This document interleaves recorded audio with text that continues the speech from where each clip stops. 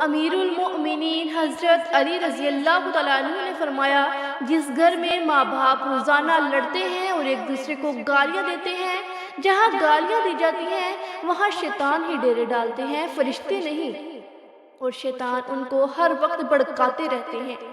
دوستو، اب خود سوچیں کہ جس گھر میں ہر وقت شیطان کا بسیرا ہو، فرشتے وہاں نہ آئیں، تو ایسا گھر تو جہنم ہی ہوگا، کیونکہ فرشتے تو یہودیوں اور مشرکوں کے گھروں میں نہیں آتے۔ حضور صلی اللہ علیہ وآلہ وسلم کا فرمان اقدس ہے کہ ایک دوسرے کو گالیاں دینا اسلام میں حرام قرار دیا گیا ہے۔ والدین کو دیکھ کر اولاد جوان ہوتی ہے، جیسا طرز عمل والدین کا ہوگا اولاد بھی ویسی ہی ہوگی۔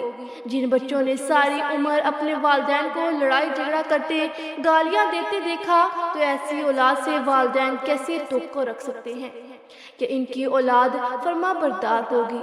اسی لیے حضرت علی رضی اللہ تعالیٰ عنہ نے فرمایا کہ ماں باپ کو چاہیے کہ دین اسلام میں بات چیت کے جو طریقے بتائیں گے ہیں ان پر عمل کرے، تاکہ ان کی اولادوں کی تربیت درست طریقے سے کی جا سکے۔